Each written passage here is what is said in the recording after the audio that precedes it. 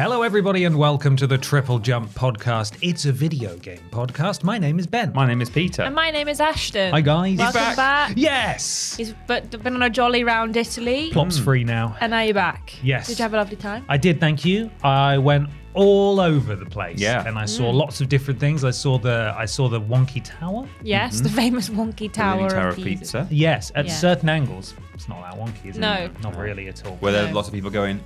Yeah. I actually think there's a few more wonkier towers in Venice. Did Yes, you see them? I saw the really Yeah, wonky tower. yeah. in There's a Venice. few of them where you Yeah. look at, you're like, that is on like a There's something- almost 75-degree This is angle. not That's good. bad. Yeah. I There's can't- a wonky spire in the UK. I think you don't even have to leave England to go and see a wonky church. Just don't go tower. to Yeah. Italy, really, is what Yeah, we're saying. there's Let me nothing there. Yeah. show you. I did the. God, you've got loads of pictures There of we are. architecture. I did the Oh yeah, that's good. So leaning far away thing. from it Yeah. and on the wrong side on as the well. wrong side.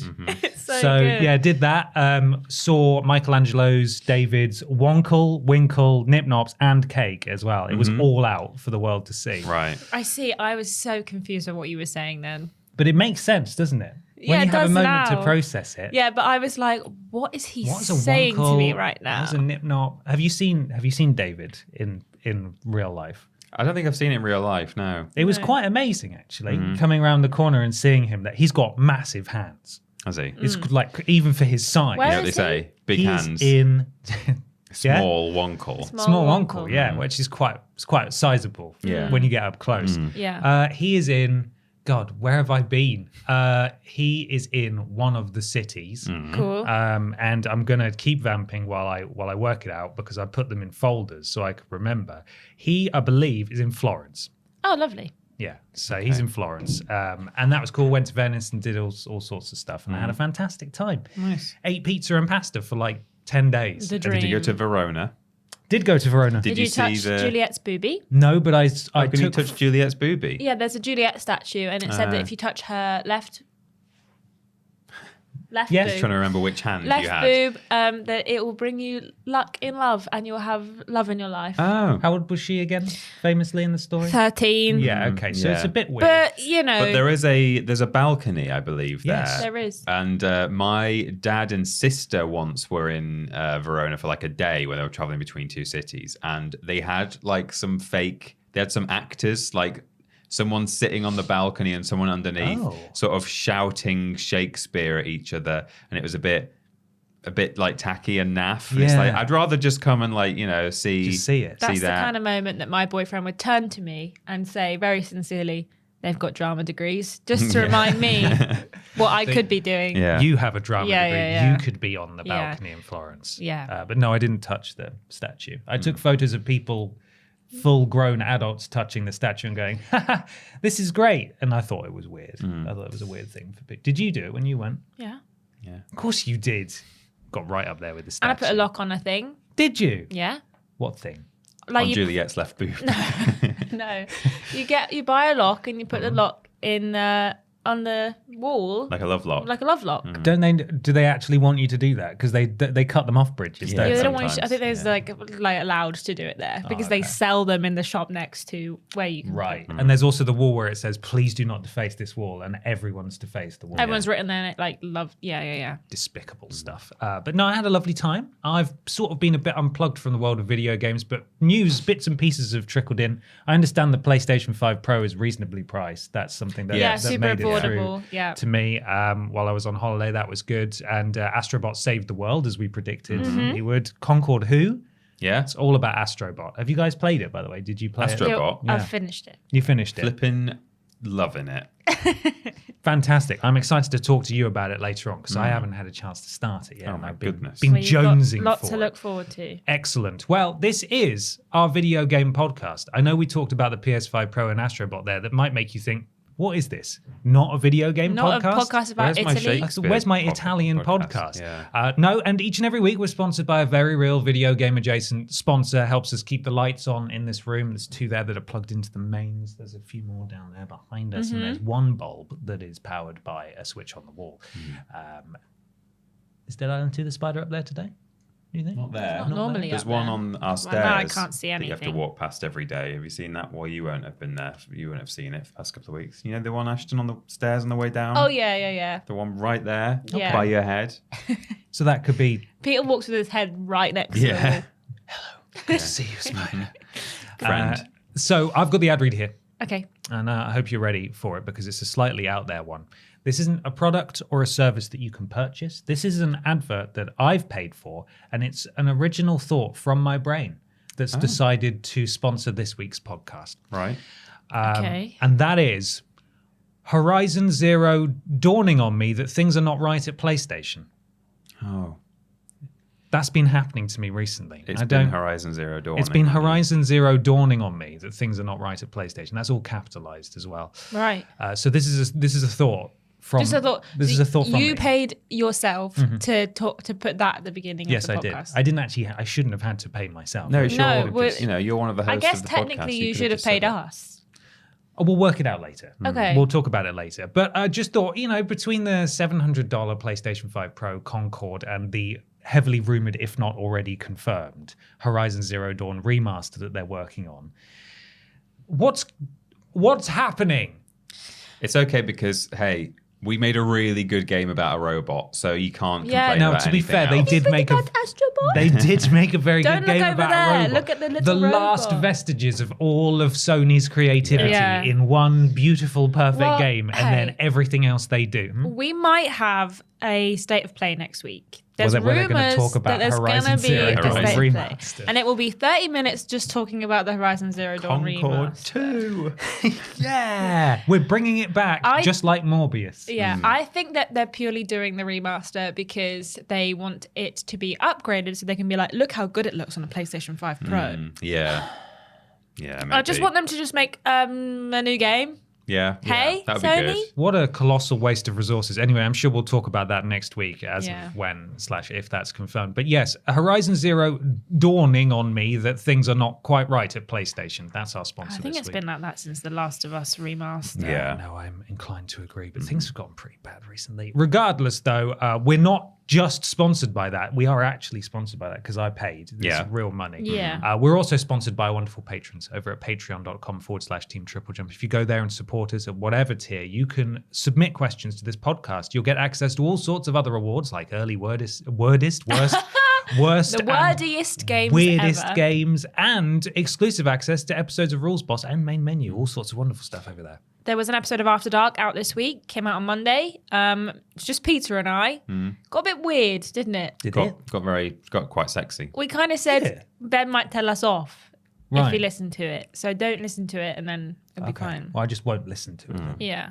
Why Yeah. were you? We any other discovered context? some things on Urban Dictionary that we are not proud of talking about. Yeah. We were Curious. asked about Urban Dictionary. And we someone found- specifically referenced something that we had to look You up. had to work it out. For And then we yourself. just had questions about whether it was really necessary to do all the work to do the saucy thing rather than just a lot of prep. a lot of prep work for Yeah. Yeah. Sort of like how certain are they great apes, the big ones, have been.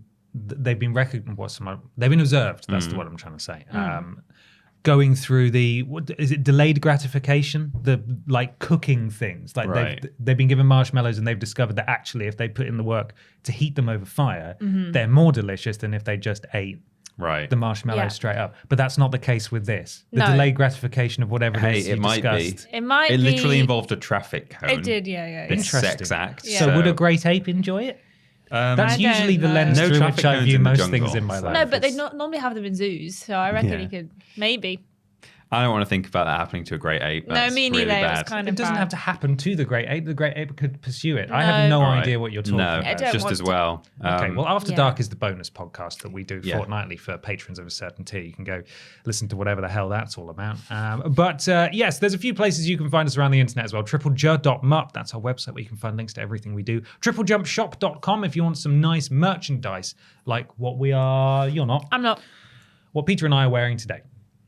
You can get these at TripleJumpShop.com. And also this week, it was a sleepover stream. That's what Yes. it's called. Yes, a it was. surprise one We had to move some things around. Usually the sleepover streams are a little later than usual, and they're on it was supposed to be next week they're on a but Thursday. I couldn't do next week and we have a different plan for next week now. So we did it this week instead. But also it was at 4 p.m. instead of 7 p.m. So many scheduling conflicts. Honestly. But it still happened, and it'll be on the VODs channel now, so you can go and give that a watch. Fantastic. Shall we get on with question 1? Yes, Let's do that. let's. Yeah, it's from Chris McVeigh, who says, "Hi Bap, I was surprised to see the Plucky Squire launch this week with reviews embargoed until the moment of release. It was a game I'd been looking forward to for a long time, but as the release date arrived with effectively media silence and with the knowledge that it was launching straight onto PS Plus Extra, which I don't have, I was worried that that meant it would turn out to be a bit of a dud.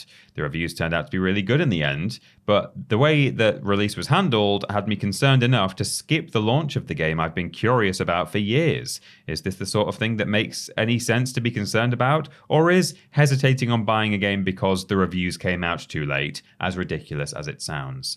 Thank you, Chris. Thanks, Chris. For context, when reviews finally did drop, the scores that we've got on Metacritic so far, a couple of them are TBC because they've not had enough scores for an average, but for PC we've got 84% and PS5 only 78%, which is still not to be sniffed at, but it's a bit lower. So, but we may need more data points before we can truly say exactly how good it is. But It disappeared off PlayStation when it launched. did it? Yeah, so I was gonna stream it this week because it came out on Tuesday and it was launching at 5 p.m. BST. So I was like, perfect. I'll start installing it when my stream starts, Right. and by the time I get done yapping, we'll play the game.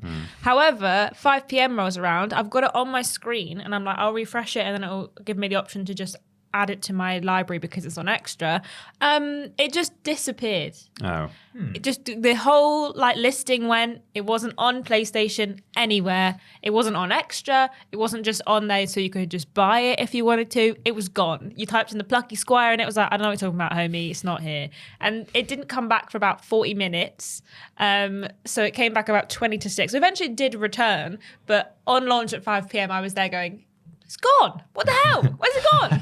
And then eventually it did come back. But it was a weird little moment of, Oh, good. what have you done that for? Not great for a game that has kind of felt like it's taken a lot longer than it should have done based on, the way it looks anyway. I don't mean it looks bad, but I just mean it doesn't look like it should have taken as many years as it has done to come out.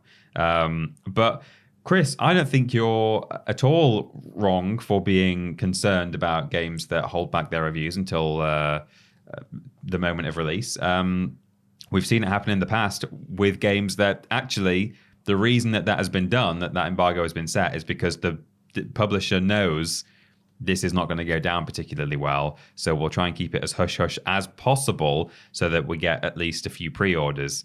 And then, eventually we are going to have to let the floodgates open and people will just talk about how average our game is. But we've been burnt before by this, so I think it's a perfectly reasonable thing to think. As it turns out, it's at least fine. So I'm not quite sure why they chose to do that for this game. Very strange thing to do. I'm really looking forward to playing it. If I didn't have Astro to play this week, I'd be on Plucky Squire, I think, by now. But I think it looks like a lot of fun. I do think that I never trust a game when the reviews don't come out until launch. I just feel like that if you can't even give people 12 hours, then there's either something's wrong or you've got something to hide. And I just don't trust it. So when I saw that Plucky Squire reviews weren't coming out until release, I was a bit like, oh, do I want to risk playing this on stream in case it's really bad and doesn't run? We've been looking forward to the Plucky Squire for ages. When it first came out, we were really excited about it and we were wondering when it was going to come out. And then obviously it got kind of disappeared for a bit. And then finally we got a launch date last month for this month.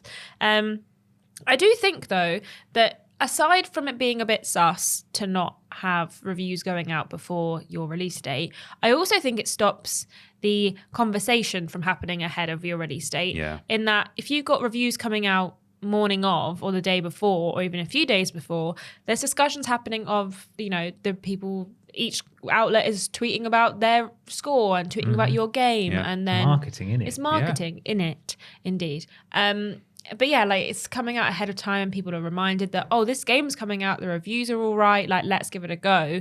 So I do think, aside from it being sus, it's also a strange marketing strategy to stop the conversation happening until the game launches, because I do think it kind of snuck out. I think had I not been aware it was coming out because I wanted to stream it, I probably would have missed that it came out this week, because Sony didn't really talk about it that much, even though it's coming to PlayStation Plus Extra. It was their like day one release situation that we've had from them in a while. So yeah, I think it's weird. It was a weird choice on their part. The game is really cute and it's got a lot of charm, and I think that the mechanics they've introduced so far I've found really interesting. I've only played about an hour and a half by the time it was kind of launched and I could download it and everything, but I've enjoyed what I've played, and I'm going to play more on stream next week. So if you don't want to buy it, yeah, you can come watch next week if you fancy.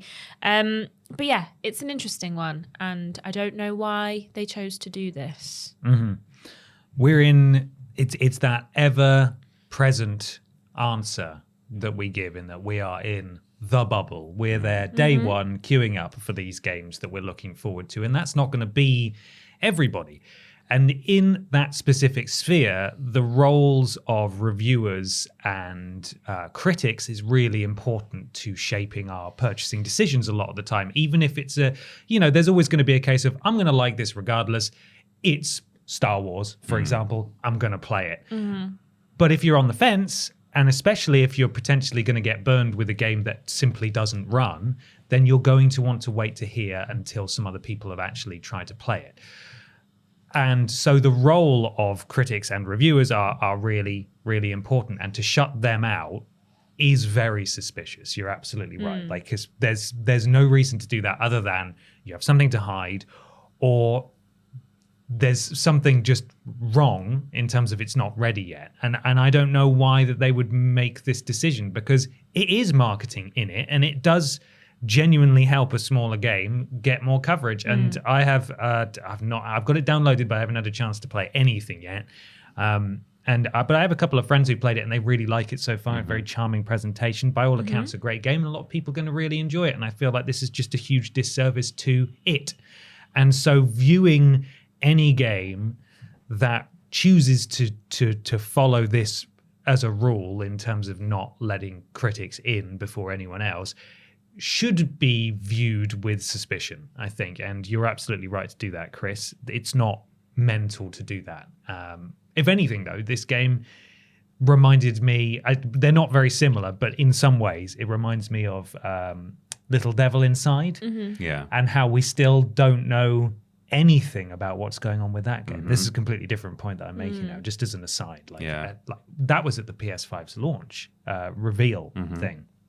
Still have no idea what's going on with that. And just stylistically, I was like, I wonder what's going on with that game. Yeah.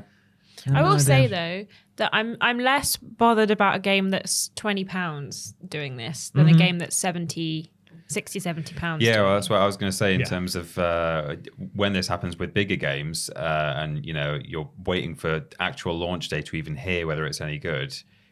That's when it's properly sus. Yeah, it's like we've all got a budget, and some people can maybe only afford to get a game a month or a game a quarter even. And if there's one of them that's you were interested in and it was £70, but not like you can't actually find out about it until release day, that might be enough to make you say, all right, I'm going to take my £70 elsewhere then, because like, why are you being cagey about this? So it's less. It's a bit less of a problem when it's a cheaper game, but money's money, however much it is. I don't want to waste a £5 on a game that, if it turns out to be a real dud and almost deceptively marketed as this is fun, and it's not. So I guess, like, to play devil's avocado, you could say that a game from a company this small and this small of a game potentially could not afford / did not have the ability to send this out to reviewers 2 weeks ahead of time, and could only get it out at short time before release. So maybe they were giving reviewers the most amount of time, but then that's not really their job to kind of be like, review it in time for the embargo. That's the reviewer's job. But yeah, and I don't know. But it is an interesting. To what extent there is a cost to that, because presumably is generating code. I don't know how it works, but generating codes for your app is free effectively. You just do that via Sony's platform or whatever it is, and then you just send them out via email. Really, like you don't have to pay people to do reviews of your game. Just send them a free code and say, hey, would you like to? The embargo is a week before. So yeah, I guess maybe if not money, then just logistics. Like perhaps it's just they don't have the manpower or woman power to perhaps put that into place. So maybe in that sense, yeah, being a smaller studio makes it a bit trickier. But don't know. Weird. It's a shame. Well, now it's time for a segment that we tried while you were away. Oh. And I thought maybe we could try now that you're back as well to see if Okay. you like it. It went and get on well. with it. Yeah, I thought so. Yeah? A segment that I think we should Was call... it better? Sorry. Was it better because I wasn't here? Well, I don't know We because we've don't- not done that's it with what- you. that's- We said last week, is this just good because Ben's not here? So Yeah. That's like what my we'll do, worst we'll fear. do it the following week now and see if Okay. it's still Yeah. good. But if it's not good and it turns out it was because I wasn't here, Mm-hmm. could you pretend that that's not it? Sure. Yeah, all right. Yeah, all right. Just so I feel a bit better about it. Okay, Yeah. that's fine. It's called What We Playin'. With Ben.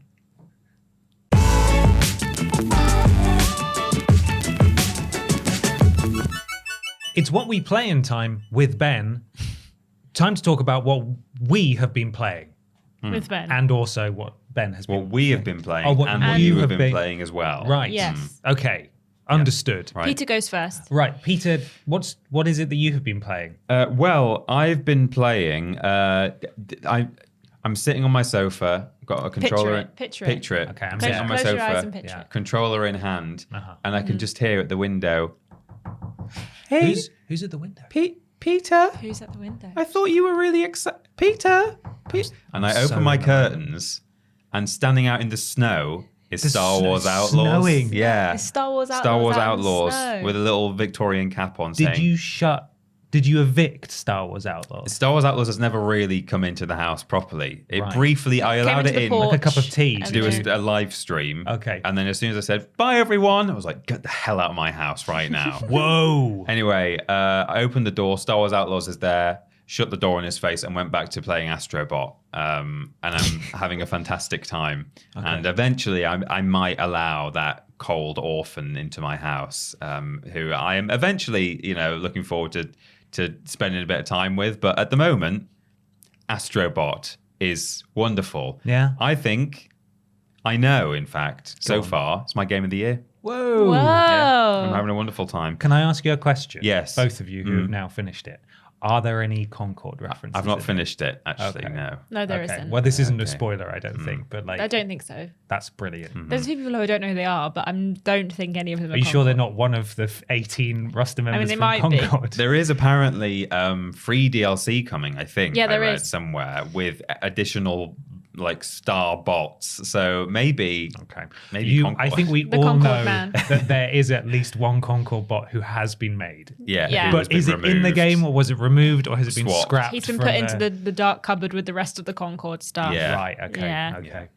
But yeah, there is free DLC coming soon. Yeah, which is great. But I'm having a lovely time. I have completed the third main galaxy. There's an extra galaxy that you go back to from time to time with special levels. But and actually, I've almost completed the fourth last night. But the third one, I thought that was my least favorite so far. There were for the first few worlds, I was like, I've not had a single dud level so far in any of these little hub areas. There were two that happened to be back to back for me in the third world, which was there's one that's underwater a lot of the time. It's like a swimming level. I wasn't a big With fan like of a that. big area in Yeah. it. Yeah. Don't really like swimming underwater in games like this, generally speaking. So that wasn't really for me. And then also there was one where I was just on a bunch of flower pots in the sky floating around.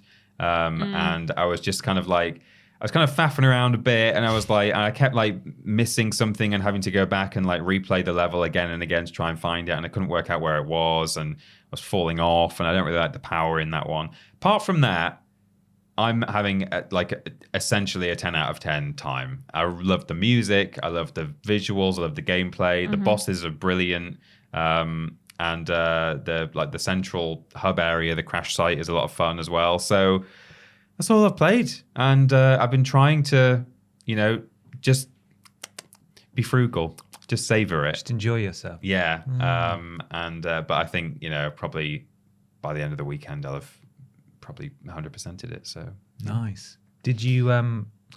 No, brain stopped working. Oh. I started the question, but it immediately left my That's head. okay. The answer is Carry yes, on. I did. Oh, that's great. No, I remember now, actually, because I wasn't privy to the Star Wars Outlaws review corner you guys did. Right. How do you feel about Star Wars Outlaws? I mean, it's kind of, it feels like it's been a while since I played it now, which, I mean, it's been probably a couple of weeks. I can but- tell you. Yeah? Oh, yeah, you've been playing I've been it more. playing it. Okay. Well, I'll give you a Spoilers. one-sentence answer, and then Ashton can give you more detail.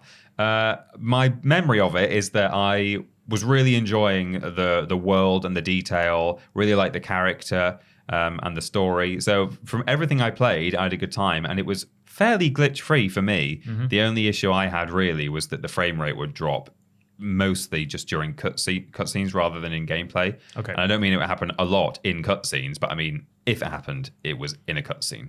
Right. But yeah, I was having a great time. But then unfortunately, a little tiny robot came along and said, no, my Kick that turn. orphan straight out of the house. Yeah. So I'm looking forward to going back and playing it. Okay, For cool. sure.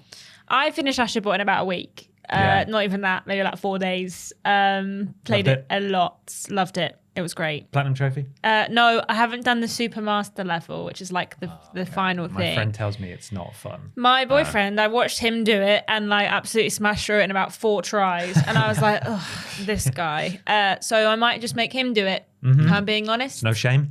Nope. So I've not done that. But I have been playing some more Age of Mythology Retold. Oh, yeah. I've just been doing like battles in that with the AI. And my boyfriend is astounded by how quickly I build Yeah, stuff. Ashton's a pro. Really? Well, I in say this. that. A god, right? A natural. In natural. Okay. But we played it against one another with a bunch of other AIs. And for some reason, all the AIs were just coming for me over and over again. So he had time to just build up his army. And like, he was a Norse guy and he was just kept killing me. And I was running around from island to island, like building a new house, being like, this is my new home. And by the time I'd like build up an army, he'd just storm in with his big titan and just crush me. And I was like, stop it. Leave me alone.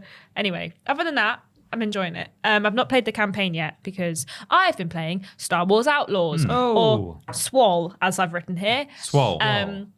I'm enjoying it. That game is good. I agree with everything you said. I like the world. I like the character. I like that you can just kind of be walking past and hear a conversation and like press R3, which I do think is a weird button, to listen to the conversation and get some tips about something else that's happening in the world that you can then follow that storyline or like a little side quest if you want to. Or it's like, oh, I know what the gate password is. It's blah, blah, blah, blah. And then it's like, there's a gate over here with some stuff behind it. And I'm like, well, I'm going to steal it. Thanks for telling me. Whoa. I'm can't a do that. scoundrel. Oh, okay, that's fine. I'm a scoundrel. I'm a baddie. That's fair. I've been playing like, I don't want any of the clans not to like me, which is Oh, really you hard can't because do that. you Yeah. have, like, by doing one thing, you affect your relationship with the other one. So, like, right now, I've got 3 of them are on poor, mainly because I've only just met the third one, and the second one's on, like, the Crimson Dawn are on good. And every time they ask me to do something that affects the Crimson Dawn, I'm like, oh God, oh no, they're gonna be upset with me. They're not going to invite you to They're not going to let their me in their parties. nice little house if I can't come in because I won't have friendly with them. But yeah, I have been enjoying it. There's some weird choices that they've made. Like, there's a mini game to eat food.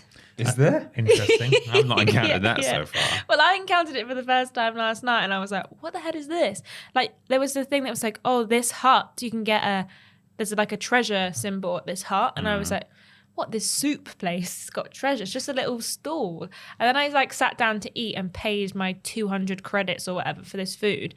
And it's basically like, it's not a rhythm game, but like a bunch of QTEs to like eat the soup. Can you fail? Yeah. Well, What not happens? really, because you just kind of Just spill soup on your yeah, face. I didn't fail it really bad. I Good just soup. failed 1 or 2 and then it just gave me the same prompt again. Right. I don't know why it's like this. That's very bizarre. It's really weird. Has it happened more than once? Or is it possible that it's training No. you for some Well, mission where you maybe. have to fit in? I'm desperately trying to make A excuses soup for club. the game. I Maybe. don't know. So I've like you're only- undercover and you've got to so eat soup convincingly. Potentially. I'm on the second planet and I didn't find this same thing on the first planet, but then again, I wasn't really looking for it. And I was like, this is weird. Don't know why I'm doing this. But I've already turned off the like entry spike thing, which is this kind Oh, have of you? weird like beat mini game that you have to press in time with the. It's the lockpick game. lockpicking effectively. game. Okay. Yeah. Because you only have to do it 20 times for a trophy, and then you can turn it off. Right. So I turned it off. There's like Get your trophy. I did. Good. There's like a Wordle type. Lot of Slicing. fluff. Then it sounds. Like. Well, Well, there's that's just not the. too- they're like that's the, for like hacking the hacking terminals. minigame. Okay. Yeah. But you can turn a lot of them off. It's like Spider-Man in that, like, very, when you go to Yeah. the lab in Spider-Man, Right. Yeah, okay, yeah, different things Fair are enough. Yeah. represented by mini games. Yeah, exactly, including eating soup. Yeah. That's so weird. But I have been enjoying it. I think it's really interesting. I've been getting a few visual, I don't know if I can't really call them glitches, but like all along the bottom of the screen when she's like running away from the camera, just these like bright, colorful like lights just like show up along the bottom of the screen that are not really referencing anything on this. They're just kind of like weird visual glitches that are coming up. I don't know why they're doing that. And a few issues of like frame rate-y things, and sometimes the mocap or like the face movements are a bit weird with conversations, but other than that, I am enjoying it. It didn't grab me when I first started playing it, but I think once you're kind of at the point where you can start taking on like more what they called bounties or whatever, and start choosing how you want to play the game in terms of which clan you want to kind of like, which syndicate you want to be part of, and which one you want to kind of screw over. I think that's when it starts to get really interesting. And I'm at the point now where there's kind of a bunch of other little bits and pieces and ways that I can kind of, what's the word? Upset each syndicate or make them really happy, and I am enjoying that I'm kind of having to make these decisions. But when I see that little down arrow come up, I'm always like, oh, how did they know it was me? I killed everyone. How did they know? But yeah, I'm enjoying it. I've got the sexy robot now. Oh, yeah. What does that mean? The sexy robot. People were like thirsting after a robot giant that's sexy. robot. Is it the one from the cover? Yeah. Okay. Yeah. People think he's a sexy robot. Fair enough. He's like 8 feet tall. Yeah. And has He's a wearing a jacket. trench coat. Very sexy. And he hangs out on your ship. Famously, people who wear trench coats are very attractive. Yeah. If you ever see a man walking at you in a trench coat, you know that he's You're going in for a sexy You're in time. for a sexy time. Brilliant. Have you played much Sabak? I have played a bit of the Sabak pardon? card game. Okay. It's basically just pairs. You Yeah, have to kind get of the is just lowest pairs. pair. Yeah. I've kind of won every game so far purely by like the last one I played last night was very much like close. I was like, Alright. I'm gonna lose. I have 0 coins. I'm just gonna have to stick with what I've got, and luckily I won. So yeah, I've been enjoying that Good. so far. I'm gonna play some more. Yeah, I'm looking forward to going back to it. Yeah, I don't know when the next thing's coming out that's gonna tear me away from it. Silent Hill 2. Until Dawn. Let's do it. It's coming out soon. But yeah, that's what I'm playing. Excellent. Have you played anything? at all? I actually have. Nerd. I played a little bit of stuff just before I went on holiday, and yesterday I played Stardew Valley all day because I've been playing that in co-op for the first time. So I was obsessed with Stardew Valley. God, it would have been like 2017 when it first came out on PS4, and I played it for like several months, and I loved it, and I was streaming it for quite a while as well at TripleJump, and I have never played it in co-op. And yesterday our flight back was we had to get up at 1 a.m. UK time, and then our flight back was very early in the morning, and so the brain deadness was very much in effect, and it is, you might be able to tell from my garbled words that I've said and strange tangents that I've been on so far in this podcast that I'm still sort of suffering with the effects of that. So yesterday would have been the worst possible time for me to start Astro Ball or something that I actually want to play. So I've been playing Stardew Valley in co-op, and it's so lovely and fun. And get this right, if you play in 2 players, you can literally get twice as much work done. It's mental. We had so me and MB went through a phase in about 2020 of playing Stardew Valley after work every day, and we eventually had to stop playing Stardew Valley because we realized that what we were doing was spending hours doing fake sat chores? next to each other, not speaking to each other, just doing whatever we were like. Well, I'm in charge of the crops, you're in charge of feeding the animals, I go in the mines, you go fish, and then that's like everything we were doing. And we were like, oh, we're not talking. And then we had like, not a proper argument, but it was like mid-COVID. So we were stuck together. And I accidentally spent a bunch of our money on a new pair of trainers. And I was like, I'm so sorry. So we were saving for a silo for the winter. And I was like, I know, I'm so sorry. But yeah, we had to stop playing it because we were just spending hours just not talking to each other. I'd be like, where are you? Mine's. Okay. I like how you were working a job during the day, Yeah. and then at the end of the day, working a virtual job on a farm, Yeah. not talking in real life, but then arguing about your in-game life, Spending and your finances. money on the trainers, yeah. It is work, though. Because if you're Yeah. playing in co-op, I don't know if you were the same, but neither of us feels inclined to do any of the story stuff or have relationships. No, with, no, you literally exactly. just go to bed, wake up, do your assigned chores, Yeah. and then save up money. And it doesn't end either, which is the real danger, is that it just keeps Goes on going. forever. But it's really, I'm having a fantastic time playing it at the moment. It's is good like fun. it's an on 2 consoles and then some crap TV in the middle kind of thing. And eventually, I'm going to start Astrobot, I think tomorrow, and then my gaming time will be limited. But when we want to play stuff together, I think Stardew Valley will be the one for a while. And it's been really lovely. So you didn't take a Switch on holiday? Didn't take the Switch. Took my Game Boy Advance, which I always do, and a copy of Pokémon Emerald, which at some point I will start. It's come with me like the last few times I've been away, and I've never started. I took a book about the history of virtual reality in gaming, about Palmer Luckey and Oculus, and I think it's by the same guy who did the Console Wars book with the hedgy wedgies. The hedgy We've got the hedgy wedgies. wedgie insight from. Yeah, Bossaroos. Bossaroos, etc. And I was really looking forward to reading that, and then I didn't because we were driving from place to place, and I can read in a car, but I also felt that it would be very unfair and antisocial given that I was not the driver for me to just sit there and have a nice time. And I ended up not touching either of those. But what I did touch was old school RuneScape, which I was playing on my phone. Whenever we had some downtime or in the evening after visiting a place, I would just boot up RuneScape. I must have killed 20,000 guards easily, just in the same part of town over and over again, selling their bones, leveling up my various attack stats. I'm thrilled to say that I now have full set of rune armor with the gold trim. Wow. Apart from the plate body, which I can't wear because I haven't done the Dragon Slayer quest, as you know, Ashton. Yeah. You have to do that first to get to wear the rune body. Was RuneScape the thing you played where that guy just dropped you a bunch of cool armor and then disappeared? It was that rune body that that I was going to wear once I did the quest. And in order to do that, though, I forgot that you have to have a certain amount of quest points, and I had done no quests in the game. So I started doing some of those quests. And now I'm home. I probably won't touch it again for a while, but it was lovely being able to jump back in. It's so convenient, and it works so well and requires such little of your data if you're abroad or whatever, that you really can just pick it up and put it down. I think it's a fantastic. I'm so glad that they decided to port it to mobile devices, because it's the kind of thing I could only have dreamed of as a kid. And I played a lot of RuneScape, and now I'm home, so I can play some real video games finally. I forgot to mention I've also played some more Disney Dreamlight Valley this week. Uh-huh. I'm back on that. How are they getting on? They're fine. Are I'm the almost houses leveled them all up. Still arranged in a way you don't like? That you hate? I like them more, but some of them are just so big. They're so massive Big houses. and I'm like, this is huge. Oh, What all am that I Disney supposed money. to do with it? The flipping girl from Encanto, her house is massive, and it's She's just got a magic her. Is it her magic house? Yeah, the magic house, but it's absolutely huge. It's the biggest house in the game. It's too big. That's mental. It's very selfish of her to have that big of a house. Maybe her family's going to move in at some point. Well, they better bloody be, and they better not all want their own houses. Don't know how she got planning permission for that. No, well, Can't just build that I for wouldn't have. yourself. If I'm the council, and I wouldn't have given her planning The permission if I was council. offered. Yes, exactly.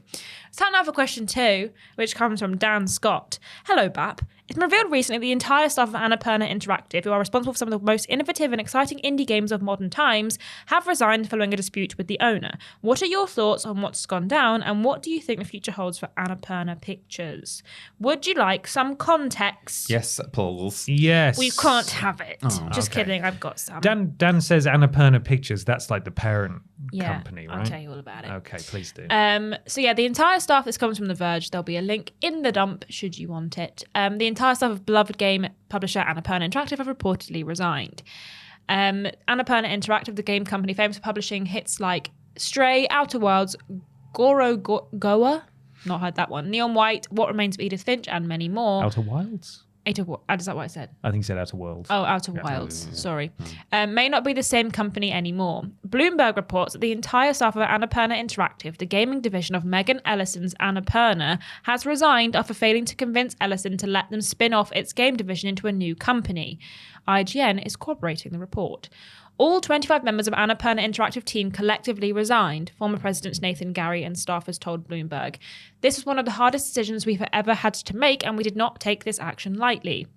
An Annapurna spokesperson told Bloomberg that the existing games and products will remain under the company. Annapurna didn't immediately reply to a request for a comment from The Verge. Last week, the Hollywood Reporter said that Gary and the co-heads of Annapurna Interactive, Deborah Mars and Nathan Vella, would be leaving. THR also reported that Annapurna planned to integrate its in-house gaming operations with the rest of Annapurna's divisions, which include, this is Annapurna Pictures, film, TV, and theatre. Hector Sanchez, who most recently headed up the Unreal Engine games business at Epic Games and is an Annapurna Interactive co-founder, announced last month they would be president of the interactive and new media at Annapurna. Annapurna Pictures, the company's film arm, has won countless awards for a variety of films, including Her, American Hustle, and Zero Dark 30. I had no idea that they were made by Annapurna Pictures. And the company's been expanding its ambitions alongside its video game publishing hot streak. So yeah, basically, they left because they wanted to spin off and be their own company, aside from Annapurna Pictures, which is their their media company. And the negotiations fell through, so they all left. However, Control 2 was due to be published by Annapurna and is still being published by Annapurna. Yeah. And they're also currently making TV and film adaptations of Control and Alan Wake under the Annapurna Interactive. Wow. Yeah. label. Annapurna are saying that no announced projects are going to be affected by this. I think it was 30 staff all left together. In the end, yeah. Did I do this? Do you remember recently when I confused them for the private division and I said, didn't 2K shut them down recently? You were like, no. That's true. No, Yeah, no. one shut. We were like, Please, has no. Annapurna shut down? No, they did Stray. I hope they didn't shut them down. You did I this. do this? I mean, they've not shut down. They've not shut down, but They it's still exist as an They've entity. all left. But They've this all is the point, though, is that if they've all left, it makes you wonder, well, what part of Annapurna and what makes Annapurna games what they are, has that left with those 30 Ship of people? Theseus. To be honest, exactly, yeah. this is not to dismiss any part of the game publishing situation, but they are just the publishers. They are, you're Yeah. right. They're not the developers. They are just the people who found the games and published the games. But yes, But the that is taste the have the thing. taste makers gone, the Yeah. ones who are selecting the titles that have given them the hot streak. Yeah, because that's what they've had a very good run over the last few years in terms of the games that they have picked. So that is the big question: is whether the games that we'll see coming out of Annapurna, if they continue to publish games, will be as good. And also, although obviously developers are the ones at the coalface who are really making the games physically, we talk normally in a very negative light about publisher interference, which is to say that publishers do have an influence on the work being done by developers, even down to on a conceptual level, like, oh, you should do this and that and remove that thing, and this is what we want. And yeah, normally we think it's not a good thing when they start to interfere, but I'm sure on occasion publishers sort of know what sells and know certain directions to take. So even a change in a publishing team can have an effect on the work being done by developers. Yeah. So we'll have to see to what extent this affects what comes from Annapurna in future. I think it's a really interesting situation. We haven't seen recently, anyway, the kind of the team behind the company be the ones kind of to remove themselves from the situation. We've seen a lot of sackings and a lot of redundancies over the last 10 months. However, Toys for Bob buy themselves out. But yes, but we haven't seen an entire company worth of staff up and leave. It's a very touchy thing to do in this climate. It's a very brave thing to do from the publishers behind this move.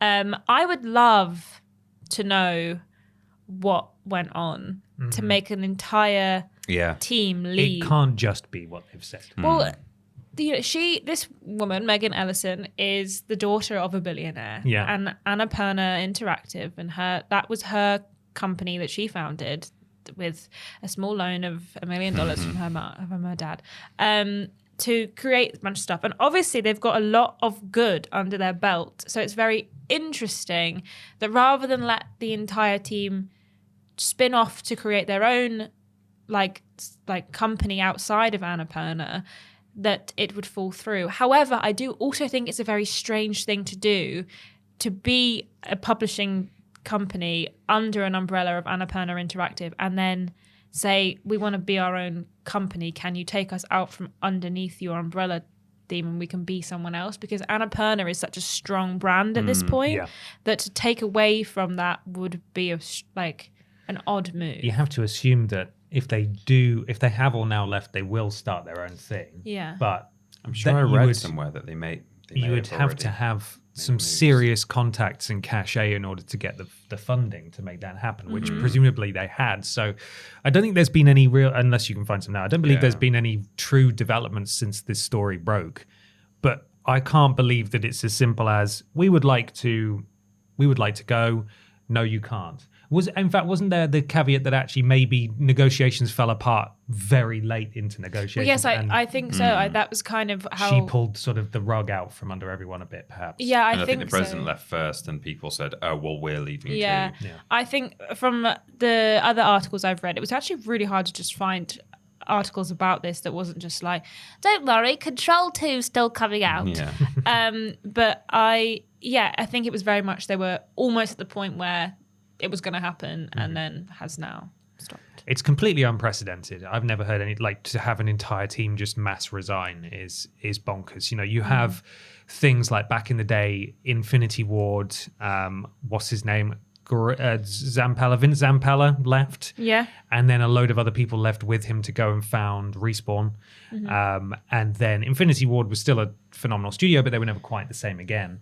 But to have everyone mass resign, clearly either the president who resigned first, you know, that team is incredibly close and they trust him implicitly, or I just can't believe, taken at face value, mass resignation seems a bit much. Yeah. And so I can't believe that there's not more to this. Yeah. Yeah. No current signs of what they plan to do as a group of 31 people or 30 people, whatever it is. I thought there was a sentence in the article that I misread as it sounded like they were starting to make movements towards something, but no, apparently not. It's such a shame, man. I love Annapurna. They're always the one that, like, whenever we talk about these kind of big, huge companies making these sweeping redundancies, it's them, it's Focus Entertainment, it's Devolver Digital that are kind of the three who I would often think of as the good guys. THQ Nordic as well. THQ Nordic, Right, yeah. okay. Like the good guys. They're like, they can do no wrong in my eyes. And now I'm like, my old worldview is crumbling around me. Yeah, it's to answer the question, what will happen to Annapurna Pictures? I'm not entirely sure. Annapurna Interactive, though, it sounds like they're planning to just restaff, and that will continue. But as we discussed right at the start, it's going to be a case of was the magic of the games that were selected, has that now gone? And presumably the projects, they've come out and said obviously that the projects are going to continue to be worked on that are already agreed. Those may end up turning out fine and everyone will think, oh, Annapurna's fine, look, they're still, but those decisions would have been made before these in like a year and a half's the time. new generation of stuff that we might not see the fallout of this for a while. And, whatever those guys do next, we'll be watching with interest because they clearly had the magic sauce, whatever that is. Yeah. Also, they have just said that the games that were announced will be coming out. So there may still be ones that they had originally made deals with that maybe are leaving and going elsewhere, or ones that we don't know about yet that might still come out. But yeah, it's not like all of the deals we've currently made are in place. It's just the ones that have been announced will still come out. So we'll have to see what happens after that remit of their announcements have ceased. It'd be interesting to see if they do keep Annapurna Interactive around after those deals have been honoured, and maybe just bring in a skeleton crew to get that stuff through, and then maybe that division folds. Yeah, I mean, if that's not the case and they actually just keep it around permanently or as long as they can, then I suppose one small good thing about this story is that 30 jobs have been created in the video game publishing world, which, there are a lot Huge of people news. right now. 7,000 people who've got no jobs. Yeah, well, 30 jobs on offer. Xbox lays off 600, but Annapurna. Every little 30 helps, jobs. That's I agree. one of the worst things about when all these people get let go is not just they have lost their jobs, but like, where are they actually going to go next? And if some openings have been made at Annapurna, then great for 30 of those people and no more. So yeah, we'll see what happens.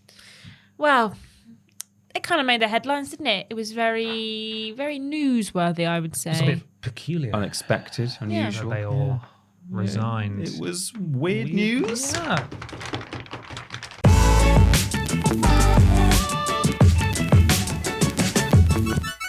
It's weird news time for some weird video game news. If you'd like to submit some weird video game news to us, you can do so under the relevant social media post that goes out on a Wednesday. However, if you'd like to guarantee a shout out at this point in the podcast, you need to go to patreon.com/Team TripleJump, support us at the appropriate tier, and become a podcast producer just like Chip Thompson's Thumbs. GY Goliath. Nexus Polaris, Nicole Hansen. Blake Thomas. Gabrielle Philippink, David Cam. Eric Siu. Great Giggity, Michael Pendlebury. Katie Garrett. Hugh Jars, Marley. And Big Money Bobby Vegas. The saddest horns ever. Got some weird news, Peter? All right. Some weird news? Yes. Hurry up and speak. I've got some. It was sent to us Who's on it from? Who's it Facebook from Lloyd or Lloyd Williams. It does say top fan, but it doesn't say no relation, so he might be related. He might be Interesting. related.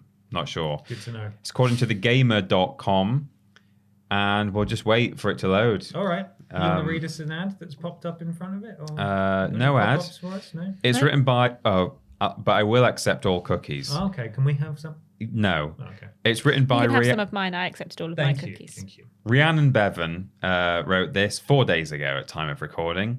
The headline is... Does she want any cookies?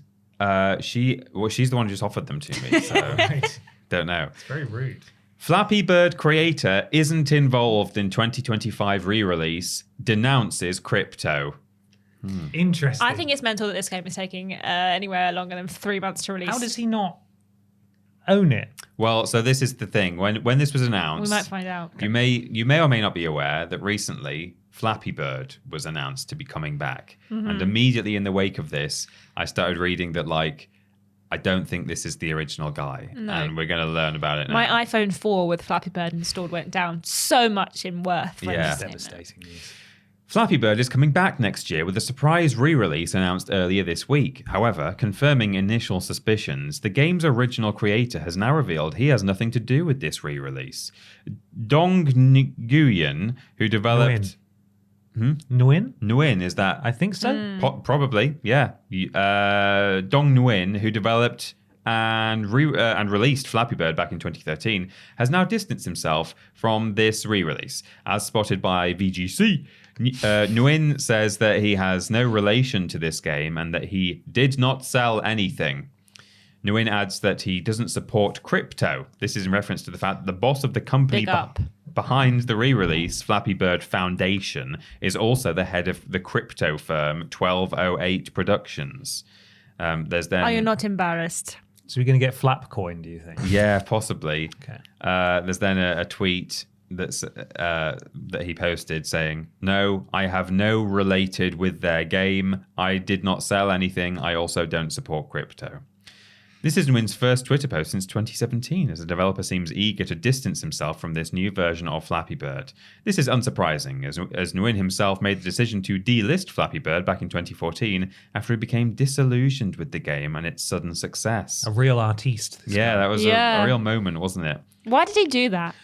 It's a bit high He and could have mighty just for left a it. Flash game. Do you know what I isn't it? mean? Yeah, he could have just left it on. He didn't have to remove it, did he? But anyway, Such a diva. Love So, it. I don't Love know the if- drama. Kojima, Nguyen, yeah. Cage, Molyneux. More than you. I don't know if this article Industry titans. it doesn't appear to go into the details of why this is happening Yeah, and why how he's can not they involved. just do that? Well, apparently, from what I read at the time, the trademark I was just gonna- the trademark expired. expired. And Oh. he didn't, because he's not interested He's at so all. disillusioned. He did Yeah. nothing to His next project that he's working on that will go viral, and then he'll delete it after 6 months. Yeah. That's Man, do you so reckon sad. he just made enough money? It was a From- free Don't know. game. The ads? Did it have ads on it? No, I it feel like didn't. it had No, ads. It was like 2012. I don't think it had loads of ads in it. It was a free game, but I'm sure he was making money though, wasn't he? Or maybe Yeah, he wasn't. He might have just made enough, and he was like, you know what, this is actually freaking me out. A bit. Yeah. I had a bit of a crisis, and then delisted it. I and thought he he's- made a lot of money from it, but like maybe with little banner ads or something. I think he just loved the drama, Yeah. personally. Okay. Not sure, but yeah, apparently the trademark expired. He obviously had no interest in kind of redeeming it or whatever the word is, renewing it. And so someone decided, oh, you're pulling a face like you know Whoa. something. He's minted. Is he minted? Potentially. Dong Nguyen's estimated net worth ranges from between $3 and $10 million, primarily from Flappy Bird's ad revenue. He earned an estimated $50,000 per day at the peak of the game's popularity. Wow. This man does not have to work ever again. Well, no, don't know. $10 That million is latter- quite enough to last you for the rest of your life. Well, Depends where in the world you live. yeah. I don't know where Dong Nguyen lives. That latter stat, that specific one to Flappy Bird, probably is loosely based in truth. But these estimated net worth websites Oh, they're are nonsense. laughable. Adam Pachiti's what, like a multi-millionaire? Yeah. We've been to Adam Pachiti's we know house. It's multiple- lovely, but he's not a multi-millionaire. We know multiple millionaires, like various YouTubers who are apparently making millions of dollars a year. They're not. Have you had your Scrooge McDuck bath built yet? Not yet, no. Because I'm trying to find a good contractor for mine. Yeah. Well, I'm finding out that I am making way less money than everyone else in this company. I can't even afford to put a bunch of 1 pennies in my bath. That So was, you would die. Yeah. Oh, it would just imagine the smell of copper all over you. Lovely. So apparently some crypto company knew this was happening and, say what you like about Hate what them. their actual business practices, but frankly, wisely swept in and like sucked up this trademark and now are producing I it. just need everyone to just like relax. It's not that. It's only Flappy Bird. Yeah, but Like, unfortunately, there's, like, people are going to billions and go mad billions for of, it, like, at least in the first couple of parodies. weeks. Yeah. I was going to say 1 million derivatives immediately Yeah. flooded the market as Yeah. soon as it was taken down. But weird. Anyway, best of luck, I suppose. Yeah. I have a weird news. It was submitted by Jonathan Wong and James Matthews, both top fans. No Both relation. And at the Lloyd W90, another Lloyd Williams, on Twitter. Comes from Zach Zvizin on Kotaku. Final Fantasy 16's producer says, please don't make inappropriate mods. Apparently, nobody told Yoshida that asking people on the internet not to do something is a bad idea. Yeah, so I was, Has it gonna come out on say. PC yet? Has that just happened? I'm literally about to tell you. Okay. On Peter, September Peter, do you want to tell 17th me first? Get in there just ahead of time. On Hey. September 17th, The it came. previously PS5 exclusive RPG Final Fantasy 16 finally arrived on PC. Hooray. Of course, that means that people will start to mod the game, adding or tweaking content. But if you are one of those modders, please know that the game's producer doesn't want any naughty stuff, okay? Final Fantasy 16 is Square Enix's game. I'm not going to tell you all about it because we all know what it is. We here at Kotaku enjoyed the game's combat, wicked cool pause menu, and the music. Wicked cool pause menu. However, it did a poor job of handling heavy topics like slavery and for some felt like a superficial entry in the series. Perhaps, though, your biggest Final Fantasy 16 complaint is a lack of nudity. No winkles. Well, modders will soon be able to remedy that issue, and don't tell the game's producer, Naoki Yoshida. Question mark. Oh. Nguyen. Yeah, I was going to say it's the second time you've. While talking to swooped PC in. Gamer about the upcoming Final Fantasy 16 PC port, Yoshida was asked what mods the producer would want to see the community create. Instead of saying what he wanted, he pleaded with modders and fans to not be inappropriate. If we said it'd be great if someone made XYZ, it might come across as a request. So I'll avoid mentioning any specifics here, Yoshida told PC Gamer. The only thing I will say is that we definitely don't want to say anything offensive or inappropriate, so please don't make or install anything like that. Yoshida either didn't elaborate on what kind of mods would be offensive or inappropriate, or PC Gamer didn't ask, because that's all the info we got from the interview. So go ahead and make your Naked Clive mods or add a sexy and weird Star Wars alien to Final Fantasy 16 on PC. Just know that Yoshida will be very disappointed in you for doing that. Now, those of you who have played Final Fantasy 16 and have finished it will know that there are at least 2 scenes where there is an awful lot of body on show. You just don't see the naughty bits. See any winkles? You don't see any winkles, but I'm just saying, like, it's not like the game is Puritan by any stretch. Like, there's a lot of tease and a lot of like The Witcher, intimate moments. Like in a bar. No, that's smut by comparison. There's nothing there out and out, but like there's definitely a couple of moments where it's like, you're seeing a lot of Clive right now. Yeah, I think I can see Clive's butt crack, actually. Oh my gosh. And all modders would need to do is spin it around and see his little Ken lump and like, just stick a JPEG on there and you're done. His little Ken lump is a horrible thing to say. I don't know if they How scanned dare Ben you say Star's such a Winkle into thing? the game. I don't know. Is Who's that- to do you think say? it's You his don't bum? know if they I don't know. skip I don't know. Who's to say? It could be there. Could be. You spin it around. It's either Ben Star's Winkle or it's a Ken lump. It's Flappy Bird's face. There's lots of opportunities here Ken for. lump is horrible. There's many opportunities for modders to just moderately enhance what is already there, let alone Yes. just put something brand new in. Thomas the Tank Engine, he always makes it into games. They He will. does, He's the yeah. final boss. Big Thomas. I've got some weird news. Well, that's convenient because that is the name of this segment. No, it's not. This is from Steven Skirdes on Twitter and Josh Bailey on Facebook, both top fans and possibly No, relations. Relation. You were going, no, they're not top fans. No. This is from Kotaku, written by Zach Sveisen. I thought I'd just do a nice one, and it's on topic with what I've been playing in my free time at the moment. Anyway, someone recreated Stardew Valley using 75,000 Lego bricks. I saw this on Twitter. The builder on TikTok. behind the Lego Pelican Town spent 2 years on the project. Someone said there was. I saw someone comment on TikTok being like, "Actually, there's a few bins missing." That There made we me are. So laugh. that's what it looks like. They built the whole bloody thing. Wow. Including the Did beach you see there. one? Is it the same whatever festival this is? But someone built like the entirety of Rome. Oh my god! Like Was it built in a day? Correct. Very good. I mean, he put it together in a day, so I guess maybe. I mean, he built A bits bit in chunks, beforehand, no, but well, yeah. It was fabricated. It was an IKEA Rome. yeah. Just put it together with a. Oh, it's not. I don't even need to finish the sentence. There's No, no we point. get it, I've we got get no. it. I've got to It's think of fine. no. I've got to remember the word An first. Allen key. Thank you. Rome was Allen keyed in a day. Brilliant. What a waste of everyone's time that God's was. sake. A massive Lego recreation of Stardew Valley's Pelican Town won the People's Choice Award at BrickCon 2024. But according to the person behind this incredible piece of Lego art, the best moment of the event was when Stardew Valley's creator stopped by to take a look at the brick-built village. And he went, I did all that by myself, and I did the music as well and the programming, so It it's only not took that me impressive. 5 years. You're actually missing a few bins. Yeah. Yeah.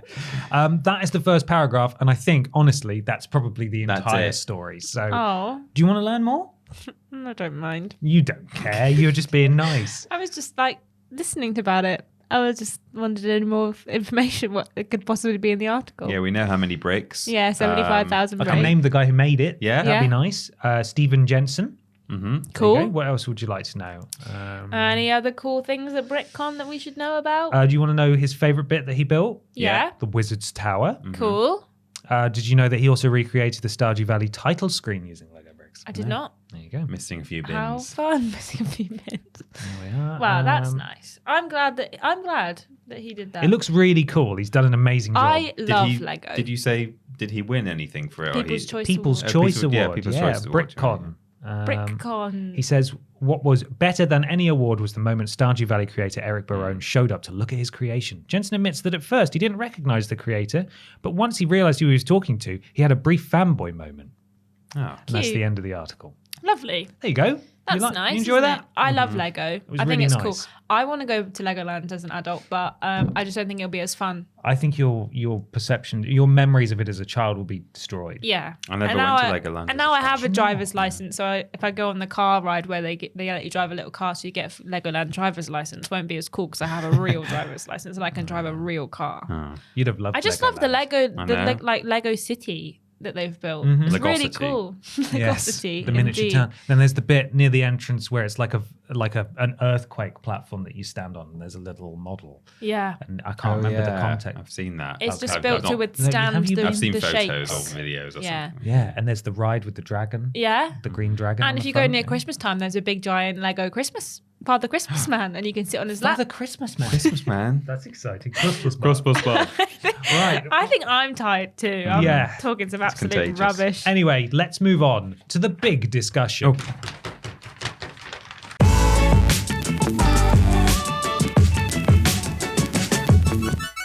It's big discussion time. Time for the big video game discussion that this week comes courtesy of Sarah Keys, who says, so, Pokemon Nintendo are officially suing Palworld for infringing multiple patent rights. Are you surprised? Who do you think will win? Will this spell the end for Palworld's success? And other questions as well.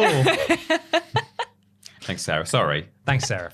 It's useful to have three questions. Rule of three. Yeah. You know. I've got a write-up here. It's from Nintendo Life and Liam Doolan. Nintendo and the Pokemon Company have filed a lawsuit against the Palworld developer Pocket Pair. In an official statement on Nintendo's website, it is mentioned how a patent infringement lawsuit was filed in the Tokyo District Court this week against Pocket Pair. The lawsuit seeks an injunction against infringement and compensation for damages, with Palworld accused of infringing multiple patent rights.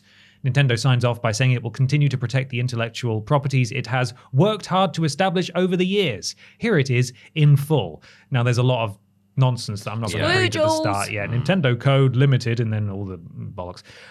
Together with the Pokemon Company, filed a patent infringement lawsuit in Tokyo District Court against Pocket Pair. More squoodles.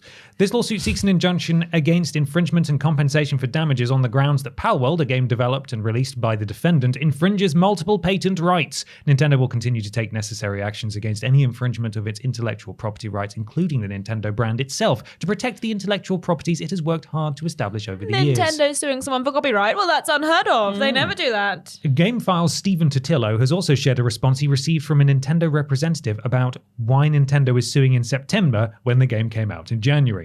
We filed the lawsuit at this timing after careful investigation of the content that is the subject of this lawsuit. We will refrain from commenting on topics that relate to the content of the lawsuit. In a statement in January, the Pokemon Company said it would always take appropriate measures to address any acts that infringe on intellectual property rights related to Pokemon. The open-world survival and crafting game Palworld launched earlier this year and proved to be a hit on PC and Xbox, with the title also being made available on Microsoft's subscription service Game Pass. Since then, it has received major updates, adding new locations and pals. And guns. More guns. So there we are. This is something that was discussed a lot back in January when it came out. And we talked about it on the podcast. We talked about it a lot because there was a lot of misinformation. People were actively releasing pretend comparisons of models and character meshes and things in order to whip up furor. Nintendo did say at the time, as it mentions there, that they would investigate thoroughly. But what do you think? Is this justified? Well, I think we said at the time, the way we left it was, we kind of think by now, if Nintendo were going to sue, they would have done. You know, I think after the game had been out for a couple of months, we kind of came to the conclusion that... like when it was announced, we said, well, it's been teased for about 3 years now. So if it was a problem when they first started talking about it, we surely it assumed would have that never happened. You know, very litigious company Nintendo would have been straight on this if there was. But seemingly, according to that statement, it might be that they really had to sort of look at this with a fine-tooth comb and build a case and decide whether it could be taken to court and whether they were likely to win. And maybe it has just been that they've had to really go over it, put this together, and now establish that, all right, there might actually be something for us to do here. Interestingly, I saw in a BBC article, Palworld's developer Pocket Pair Inc. did not immediately reply to the BBC News as a request for a request for comment, but their boss has previously said that the game had passed legal checks. So they internally... It's legally distinct. Yes. Internally, they seem to think that that there is something there that makes it okay. And there have been various Pokemon imitators over the years that have gotten away with what they've done because they have been legally different enough. Digimon is a good example. At the time, when that was first released, there was talk about, this is very, they evolve or digivolve, I think it's called, and it has Mon at the end, and there were various side-by-side pictures of like, this one looks a bit like this one, but they were distinct enough that seemingly it was fine. They got away with it, and so there is clearly a line somewhere, and the question that will be dealt with in court is whether or not this crosses that line, because everyone knows it's very similar. It's clearly inspired by Pokemon, but is it different enough? Time will tell. I think we all thought it was pretty brazen, and even when people were doing the meshes, like being like, it's exactly the same, that was like obviously a little bit too far. However, there is obvious comparisons that can be drawn, and characters or pals that look very similar. It's got the Pokeball type mechanic. These things are not worlds apart where you can see why it wouldn't happen. However, obviously it's been 9-10 months now since the game came out, and maybe we've seen that Nintendo spent the last 9 months gathering every shred of evidence that they can find against Palworld. However, I do feel that if it's taken them this long to file it, then maybe it's not as strong of a case as they would like it to be. Yeah, they couldn't just march straight into court and day be like, one and horse, say, this horse is the same as this horse. Same horse, different game. Our horse. I do think that, we've seen how ruthless Nintendo are when it comes to copyright and it comes to their properties being used elsewhere. And we were surprised at the time that it didn't happen earlier. But I want Palworld and Pocket Pair to win, I think, this lawsuit, just because I feel like Nintendo need to just relax a little bit. Admittedly, it's Pokemon with guns. However, I would like to see them not win once. They've got a poor man who's in prison who's going to be paying them for the rest of his life. Yeah. And I just feel like maybe if someone wants to give Pokemon guns, they should be allowed to do so. I would struggle to see the outcome of this if Nintendo win. The options are probably the game is taken down and all the money goes to Nintendo because they need it. Yeah. Impoverished. Pokemon famously going really bad at the moment. Or we'll see a bunch of these pals start to change shape and colour, and the Pokeballs will become like this. They'll become squares or something that's legally distinct. And I think that if Pocket Pair think they've covered their asses enough in which they can say it is different, and it's a horse. It's a horse, but it's a different horse. Horses are not owned by Nintendo, actually. We can build a different horse if we want to build a different horse. Then I think maybe they might get away with it. If they've kind of skirted the lines just enough, then we'll see. I'm actually really interested to see how this will turn out. Yeah. Like, I think it's going to be a really interesting conversation that they will have in court in Japanese. So you won't be able to understand it. But when they finally translate it and tell us all about it on the Gamer or IGN, then we'll know what's going on. We will, yeah. This is stupid. And I don't think Nintendo should win this. I agree. Pocket Monster and monster collecting games have always existed, and there are plenty of other examples of them. Yes, you're right. And more egregious ones as well, I would say. The inspirations here are very obvious. Yes. And we know that. So I can only assume, as you said, Peter, that if they've taken this long to file it, they either... They must have a smoking gun. Yeah. They must have found something that they feel is a strong enough basis other than it looks a lot like what we do. Yeah. Even though it's all slightly different, it looks a lot like what we do. Yeah. And Pokemon is obviously a massive IP, and we know Nintendo will go to court over pretty much everything. And frustratingly, they have a very high win percentage because most of the time they go to court, we disagree fundamentally with at least one of the reasons why they do it. People settle outside of court to avoid the bigger fine. To have to go through that whole bankrupting procedure to take on Nintendo. And I feel like unless they do have this smoking gun, this is just another example of Nintendo doing some Wilson swinging and saying, we're the only game in town that can have a thing that looks like this, and we don't like that you've had success, a lot of success, and it looks like something that we do. I really hope that they do not win this, because it also might set some pretty dangerous precedents depending on the grounds that they win, if they win. Because so many games look like so many other games. Yeah, is this going to be based on visuals, gameplay, terminology, all manner of things, or is it maybe? I mean, I agree, people were trying to just stir up stuff back when this first came out, but maybe there is some basis in an asset that has perhaps been discovered. Maybe that is the smoking gun, and they've said, look, it looks like they have literally imported this specific model from this game, changed it a bit. I would love to see like the specific examples that they're bringing, or like the specific comparisons that they're drawing in multiple patent rights infringement. Yeah, because you're right, Ben. It could cause all sorts of. It could set precedents in case law going forward, depending on the reasoning why this may or may not be a successful case. Now, if they do have a smoking gun and they have found evidence that Pocket Pair have lifted assets from Pokemon and put it, then you know what? Fair enough, because that's not okay. And then it's just a case of the severity of the theft. In terms of is it just one thing that's or is it something like that the balls you use in the game are the exact same or two similar dimensions enough for the Let's Go Pikachu or whatever flipping games, and that, or are they really just finding really small things, or is it a case of it looks like Pokemon? That's Pikachu. You've copied Pikachu across and taken his ears off and called that a new thing. That's not okay.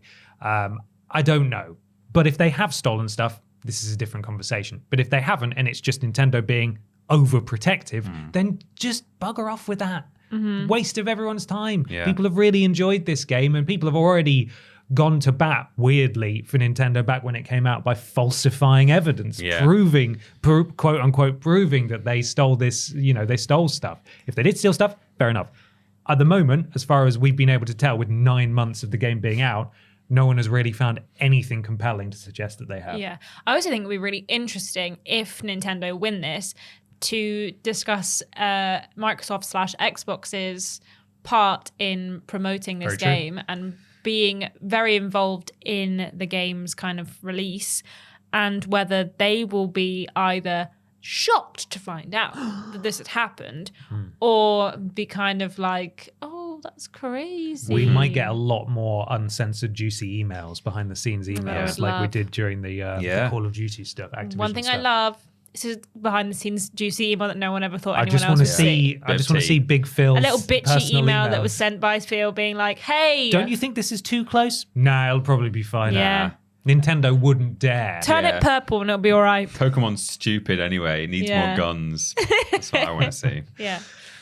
In terms of who I think will win, probably Nintendo. Yeah. If it goes to court. I really don't want it to be that, but Nintendo have all the power and all the money. They've got all the money, and they own the IP that is apparently being infringed upon. And I think they have like an entire country of lawyers under their belt. They're ready, So ready to go. Yeah. An army of Kirby's. Yeah. It's. I suppose. Well, I was about to say it's very predictable, but it isn't at this stage. It would have been predictable if this was filed 8 months ago. Yeah.